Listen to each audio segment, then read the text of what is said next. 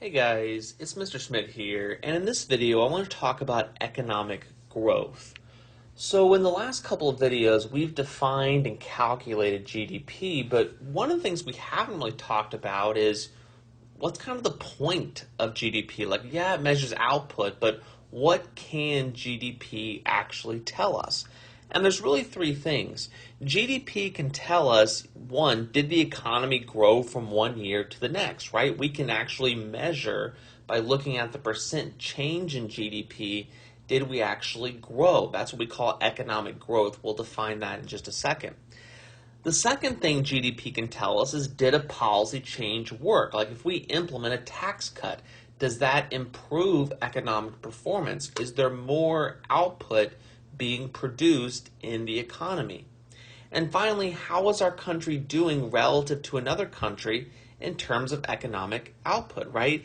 We can look at the US GDP versus Germany, South Korea, Great Britain, France, all kinds of different countries, and say, okay, how are we doing relative to these other countries on the world stage? But I want to drill down into economic growth. So, economic growth is a positive percent change in GDP from one year to the next.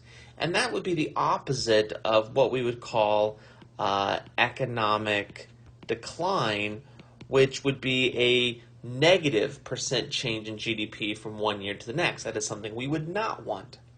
The way to calculate this is a simple percent change formula, and we've done percent change in the past. It's basically the new number minus the old number divided by the old number times 100. So in this case, it's year 2 GDP minus year 1 GDP divided by year 1 GDP times 100, and that's of course going to be measured in a percent. And typically, we want economic growth to be somewhere around 2 to 3% a year annually. And you may wonder, well, why don't we want 10%, 20%, 30% growth? Well, you're going to see later on that large amounts of economic growth can often be accompanied by inflation and higher prices. And so we want to make sure, yes, let's grow our economy, but not have really high prices along with it. And we'll explain those dynamics later on. In terms of what a country can do to get economic growth, there are a variety of things, and I'm just going to list 5 of them here for you. The first one is the economic system you have.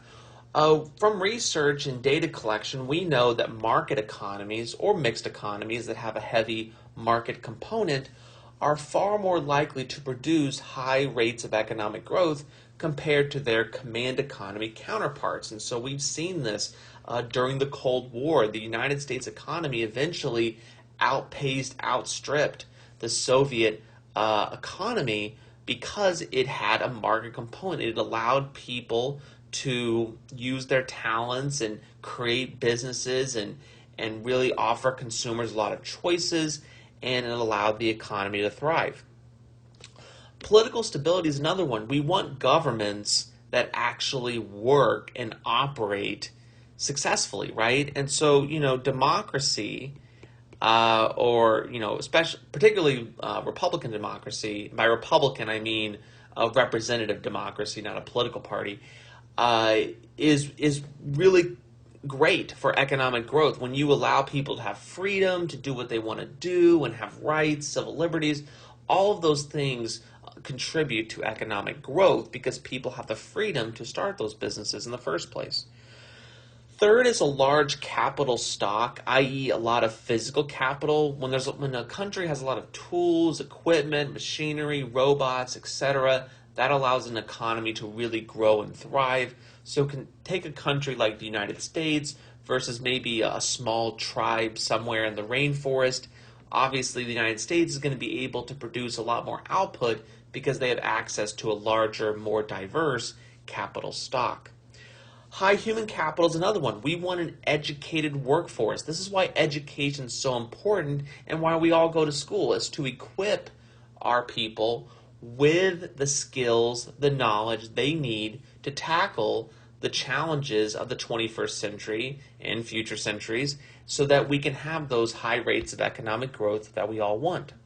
And then finally, natural resources are really helpful. And this is the story of the United States. One of the reasons the United States became the superpower that it is in the eyes of many today is because it had such a rich amount of natural resource. The geography was insanely awesome throughout the country, and that's why you had a lot of countries like Great Britain, Spain, France, Portugal, all kinds of countries wanting, desperately wanting a piece of the action here in the United States before it became the United States, so that they could tap into this geography because they knew that there was something going on here, and that's really allowed a lot of economic growth. And you can compare that to a country like Japan that doesn't have a lot of natural resources and has had to rely on things like high human capital, political stability, a market economy to compete in the 21st century. Finally, GDP can also be used to explain how well off a population is. But we need to be careful in just comparing one country's GDP to another directly because of the differences in population, right? I mean, China probably has a much larger GDP than a country like Denmark, but if we look at the per capita GDP, which means per person GDP, calculated by GDP divided by population, we can then get a really good estimate of how well off per person the country is. And that's the measurement you really want to use, right? Because if a country has a really large GDP, but an even larger population, they may actually be worse off per person than a country that has a relatively large GDP, but a smallish population. So you really want your GDP to be really huge and really outpace your population so that your people are well off, and hopefully that money gets distributed in a fair and equitable way. So that's all for economic growth. Until next time, have a great day.